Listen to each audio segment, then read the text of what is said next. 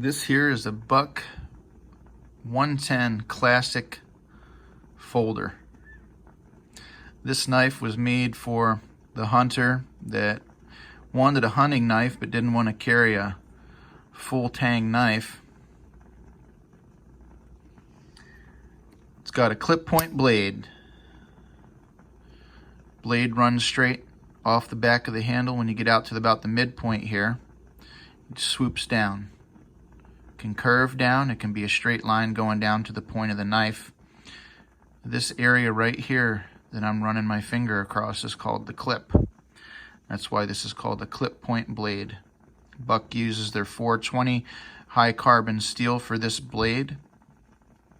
This particular knife is a 2007. That's indicated by the little arrow that points down next to the 110 there you see by my thumb.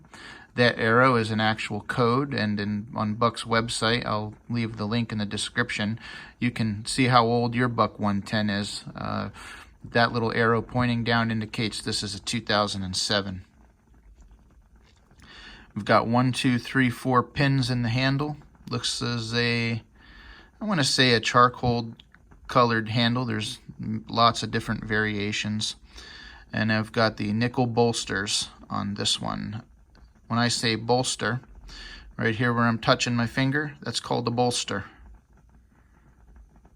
Bolster. It's a lock back design. That's because when I open it up, it locks back. The blade here is 3 3/4 inches long. This knife is 7.2 ounces and it is 4 7/8 inches long, closed. What is the definition of a classic? According to Webster's dictionary, a classic is something that serves as a standard of excellence, is of recognized value, is traditional and enduring, and is historically memorable. Hi there, YouTube friends. I'm Lester Verano, and in my video today, I want to share with you the feelings I remember from my first experiences with an outdoorsman pocket knife. The Buck 110 folder could very well be the best-selling knife of all time. And it's probably one of the most reviewed knives on YouTube ever. This is why today I'm just going to share with you why this particular knife will forever be in my heart as I remember it in my grandfather's tackle box. There's nothing I can tell you about this knife that hasn't already been covered in a YouTube video or on Buck's website or on a forum. One of the first experiences I could ever remember having with a pocket knife was with a classic Buck 110 folder, which could be found in my grandfather's poor little one tray, dirty tan Plano tackle box, resting with muddy homemade sinkers by my Uncle Joe, rusty tangled fishing hooks, lighter fluid for my Pap-Apps lighter, and a good supply of cheap plastic bobbers amongst other fishing essentials. My grandfather's Buck 110 had the brass-colored bolsters and the walnut-colored handle. To this day, more than 50 years after Buck came out with this knife, you can still buy that same knife at Walmart for the price of a full tank of gas for your car. As I search inside myself and I look back at the times I spent with my grandfather at the river, what stands out the most to me is how we shared the tools and the fishing equipment that we had. A knife or a fishing reel and rod belonged to whoever picked it up to use it. It wasn't about having the best of the best gear. It wasn't about collecting, and it wasn't about having everything. It was about the journey that we took together to the river and the outdoor camping and fishing experience that we had together. And the tools that were part of that experience, like this Buck 110 folder I shared with my grandfather, and then the fishing tackle and the camping gear, even our little camper, all those things were things that I felt I owned more than anything I own in my life today. And it's because of the memories that were built while we had those things and we used those things.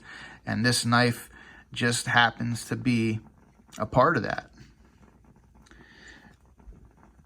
Now, while some say this knife is too heavy, it's not easy to carry, it has fit and finish issues, it doesn't have the best steel, the best holster, the best value, the best action, the best balance, the best feel, the best look, it goes on and on.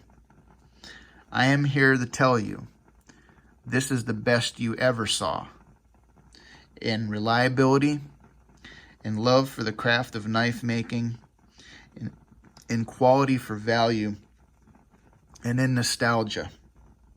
This is the best you ever saw through my eyes.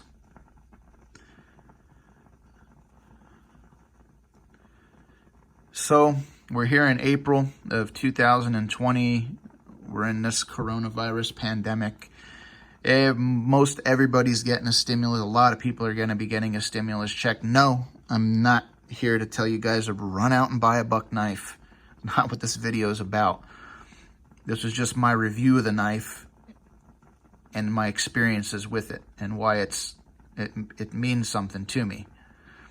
But what I am going to say is, go out.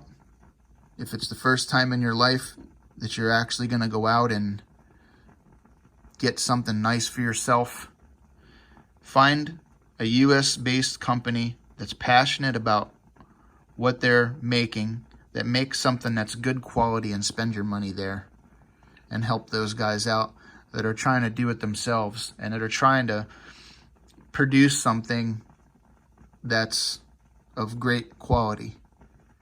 And I get it. I know some of you are going to take your money, you're going to catch up with your bills, buy food. You don't have money for material things. I get it. But if you're blessed and you can do that, and you can go out and you can get something material, look for a US-based company that takes pride in what they make and that makes something of great quality, and spend your money there. Thanks for checking out my video. You guys, I'm always so happy when you check out my videos and give it likes and thumbs up and stuff like that. Please subscribe to the channel and turn on notifications. I can promise one video every couple of weeks. I'm really super excited. I have a little Case pocket knife I just got in. Case is a American-based company that makes knives, and I have a beauty I want to show you guys in one of my upcoming videos. And I also wanted to do a little cast iron series, but instead of doing a whole boring review on some kind of a cast iron pan, I may just make a chili and do a little cook video using my cast iron. Anyway, more videos to come, and thanks for being here. Please hit the subscribe button, and we'll see you in the next video. Bye-bye. Be safe out there. Bye-bye.